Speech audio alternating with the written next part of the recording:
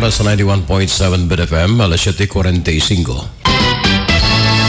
Pagpalambo sa Kwarto Distrito, kaakuhan ko. Usa kini ka programa sa radyo nga magsilbing dangpanan o gabayan sa atong mga kaigsunan sa mga serbisyo nga ilang gikinahanglan. Dinambayayungan sa mga opisyal sa mga kalungsuran sa Kwarto Distrito sa Sugbo, nga gipanguluhan ni Kongresista Benhur Salimbangon. Mo'y katuyuan sa tulumanon nga masayran sa katawhan ang mga programa o mga proyekto sa mga kalungsuran nga sakop sa distrito. Mo'y hisgutan ni mong tulumanon ang bahin sa panglawas, edukasyon, panginabuhian labi na sa karagatan ug kaumahan, kalikupan, turismo, infrastruktura sa mga kadalanan o guban pang gikinahanglan aron mapalambo ang kahimtang sa katawhan. Pagpalambo sa Kwarto Distrito, kaakuhan. Kaakuhan kini sa tanang mulupyo sa distrito, mga opisyal sa mga kagamhanang lokal ug labaw sa tanan. Kaakuhan samahan sa Kwarto Distrito ang matinud-anon ug maalagaron. Kongresista Benhur Salimbangon. Pagpalambo sa Kwarto Distrito, kaakuhan.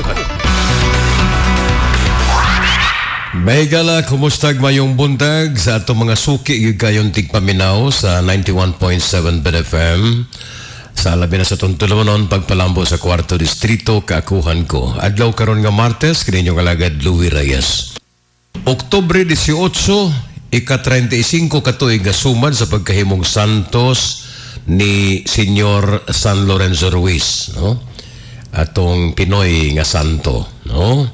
Anak ni siya og Chinese o Filipino, kay ang iyang amahan Inchikman, ang iyang inahan Pinoy, no, Pinay. So karon ang iyang 35th anniversary sa pagkahimo niyang santo. Ay mo kalimot karon 21 October 21 mausab na siya ang 10th anniversary sumad sa iyang pagkasantos ni San Pedro Calungsod. Okay? Ya, karong adlaw, karong buntag, nagsugod na gumento mahigala ang presyo sa krudo o gasolina. Bintahan na lang ang gasolina kay 80 centavos ra kada litro ang giumento. Pero ang diesel, 2.70 yun kada litro ang gipasaka. Mas taas pa yun ang kada litrong presyo sa kerosene kay tag 2.90 man ang gipatuman. So, niligas lang 20 centavos ang kada litro sa krudo o sa kerosene, kining gas. Pero gasolina, 80 centavos na per liter ang pag-uminto. Sunod simana, posibleng naana sa ilaing uminto, simbako. Bida no, maabot yun ang panahon. Ngawa na'y mamalit og sakyanan ba? Muhinay ang demand. Kaya muhinay ang demand sa gasolina krudo, muburaton masad ang supply sa mga produktong petrolyo. Di ba? Mayo unta og ma-discourage yun ang mga tao sa pagpamalit og sakyanan tungkol sa kamahal sa gasolina krudo. Kay karon god, bisan og igo-igo rang makaya sa tao, mangutang magsakyanan. Unya ra ba ang mahimong resulta gawas nga maimbargo kay wala ikadata. Doon na siya nagpalit og sakyanan pero dito siyang balay wala iyang gid siya kagrahian. Adto ra niya i-parking yan sakyanan daplin sa daan nga mo resulta sab sa traffic kay maghuot naman sab sa mga sakyanan ang dalan duol sa iyang giparkingan. Mao na nga magyaw-yaw ang silingan. Dahil ingon ang silingan ay patugat-tuga maning tawhan nagpalit og sakyanan unya wa may ay kagrahian. Pero kinsa may mupugong sa tao mga higala kung mopalit yun sa sakyanan? Wala. Iya man na nga katungod. Anala, padaghanan ang inyo din ang mga sakyanan para mosamot ka traffic ning ato mga karsada aron sad mo padayon ang pagmahal sa krudo gasolina. Pastilang paita. Unya, arita aning atong sawan mga higala nga isyu bahin sa gipostpone nga barangay and SK elections, which was originally scheduled on December 5, 2022 and now postponed to October 30, 2023. Ang veteranong abogado bahig eleksyon mahigala nga si Attorney Romulo Macalintal misang atog petisyon ngadto sa Korte Suprema nga naghangyo sa labang hukmanan nga ideklarar nga unconstitutional nga sa ato pa nahasupak sa atong batakang balaod ang Republic Act 11935. Mao ni siyang balaod nga bag-o pa lang yung gipalabang sa Kongreso o bago pang gipirmahan ni Presidente Ferdinand Bongbong Marcos nga mo'y nagpostpone sa barangay and SK elections gikan sa Disyembre 5, 2022 ngadto sa katapusang Lunes sa October 30, 2023. Matod pa ni Attorney Makalintal mga higala, walay gahom ang Kongreso. Congress does not have the power. Walay gahom ang Kongreso sa pag-postpone sa barangay election o wala usab kini gahom sa paglugway sa termino sa mga barangay officials.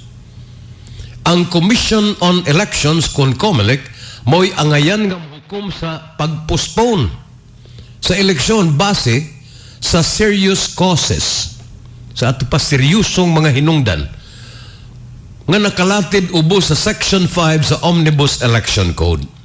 Ubos na ining Section 5 sa Omnibus Election Code ang serious causes nga maghimong imposible sa pagpahigayon sa usa ka eleksyon, naglakip sa violence, sa ato pagkagubot, terorismo, ang pagkawagtang o pagkaguba sa mga kagamitan o sa record sa eleksyon. Force majeure, kanang force majeure may kala sa tupa, usa na kakahimtang nga maisip nato nga kabubuton na gyud sa Ginoo, dili sa tao, sama anang linog, bagyo, guban pang mga kalamidad. Kini uguban pang susamang hinungdan nga maisip nga seryoso. Gipasabot ni Attorney Makalintal nga sa paghimog balaod nga nagpostpone sa barangay elections, ang Kongreso nagpatuman sa probisyon sa Omnibus Election Code ug milapas sa constitutional boundaries.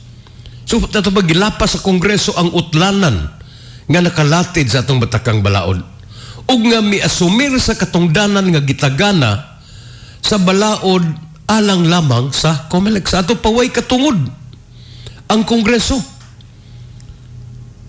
So, naara, gihatag sa balaod ngadto sa COMELEC ang katungod sa pagpostpone sa eleksyon.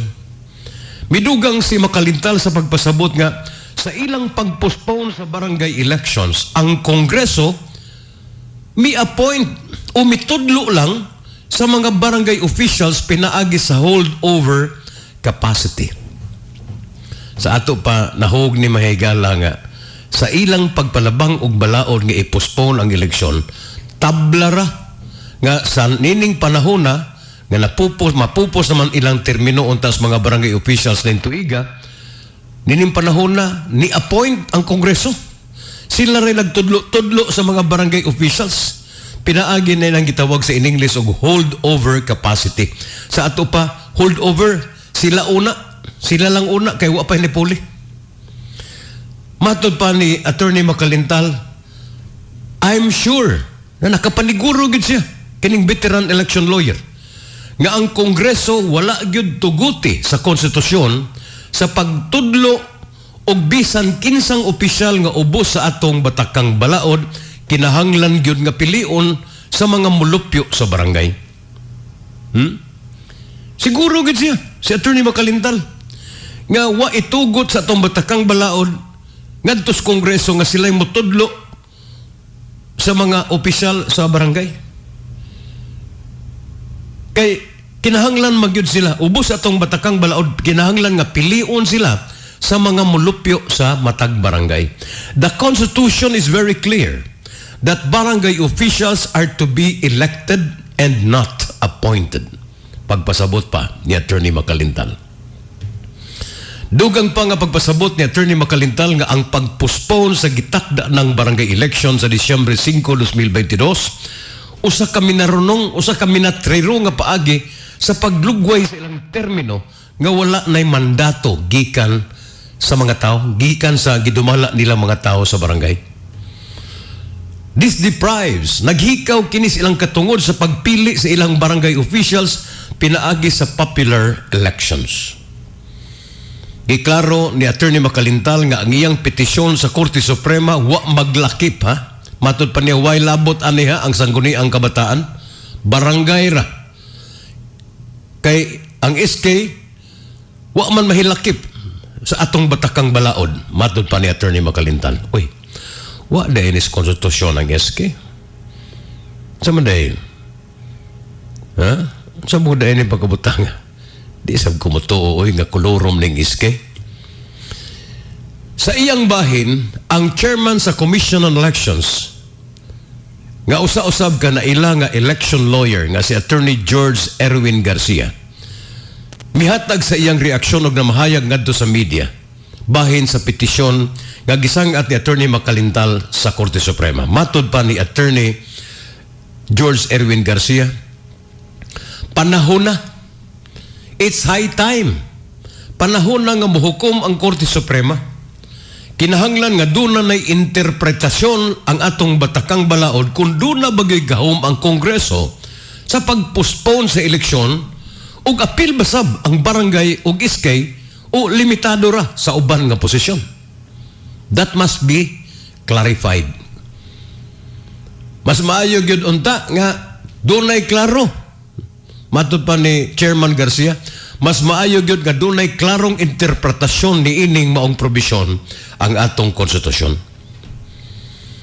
Nakadaig kaayo ang COMELEC Chairman sa gihimo ni Attorney Romy Makalintal nga pagsangat og petisyon ngadto sa Korte Suprema bahin sa constitutionality ni ining balaod nga gipalabang sa Kongreso nga nagpostpone sa barangay elections. Kay matod pang Garcia, kung doon na unyay desisyon nga mapakanaog ang Korte Suprema bahin ani as a result of this petition filed by Attorney Makalintal, kung doon na unyay ipakanaog nga ruling desisyon ang Korte Suprema, pohon mauna unya kini ang himuong basihanan sukaranan sa umaabot nga panahon kun doon na sab unyay mo tumaw nga pag-postpone sa eleksyon.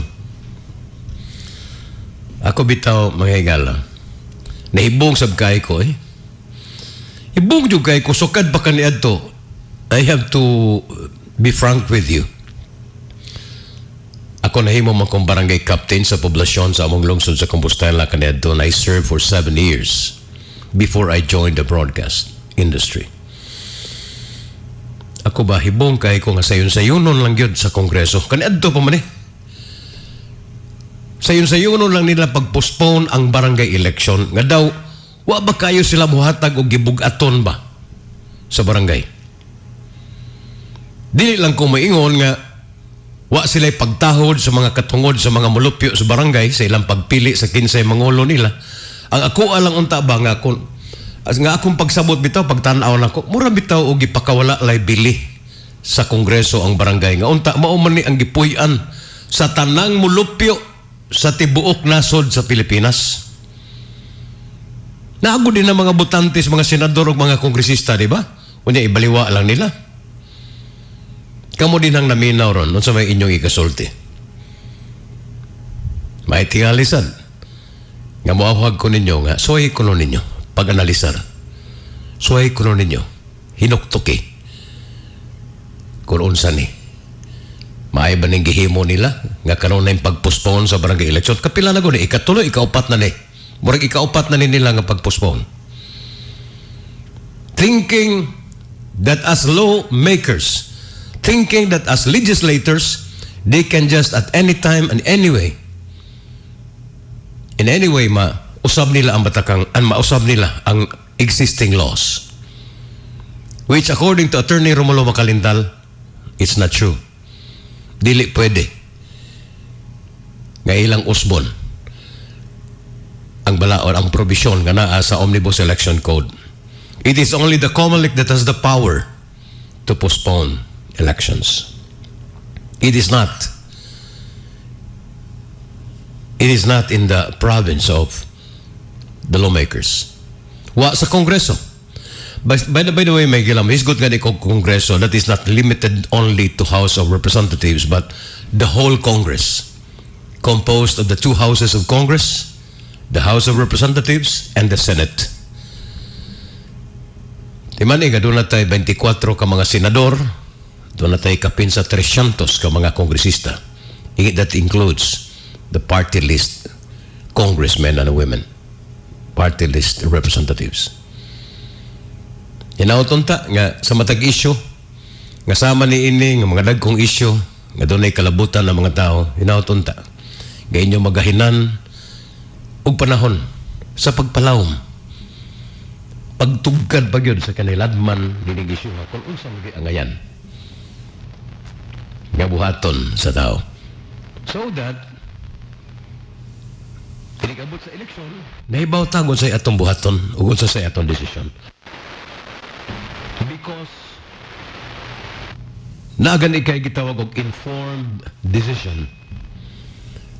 Produkto kana sa imong kanunay nga pagpaminaw sa radyo nga naghatag sa hustong impormasyon, sa imong kanunay nga pagbasa og mga periodiko nga naghatag sa hustog tukma nga mga kasayuran. Ako bitaw may higala isip sa kamagsisibya. I always feel ako gid sa nagitusok sa ako gitisok sa akong alimpatakan nga akong kaakuhan og katungdanan ang pagsangyaw sa kamatuoran. Sa ingon ni ana, kining impormasyon nga akong ipaambit sa akong mga tigpaminawan, maghatag kaninyo nga akong mga listeners og informed decision. Makahimo mo og kaugalingon ninyong desisyon base sa husto ug tukma sa nga mga impormasyon. May higala nagkakasalamat sa pagiguban nato karong buntaga sagad sa technical partner Charlie Maluya. Inyo lagad Louis Reyes, good morning. Mudapit ko ninyo sa mosunod nga programa ang follow-up nga magtabang sa inyong problema. Bahin sa stress. May adlaw Martes. Inyong nabati ang tulumanon pagpalambo sa 4th distrito. Kaakuhan ko. Hangtod sa sunod gayon, daghang salamat sa inyong pagpaminaw. Broadcasting live from Curva in the beautiful town of Medellin, Cebu, Philippines. This is 91.7 FM, your news and music station. 91.7.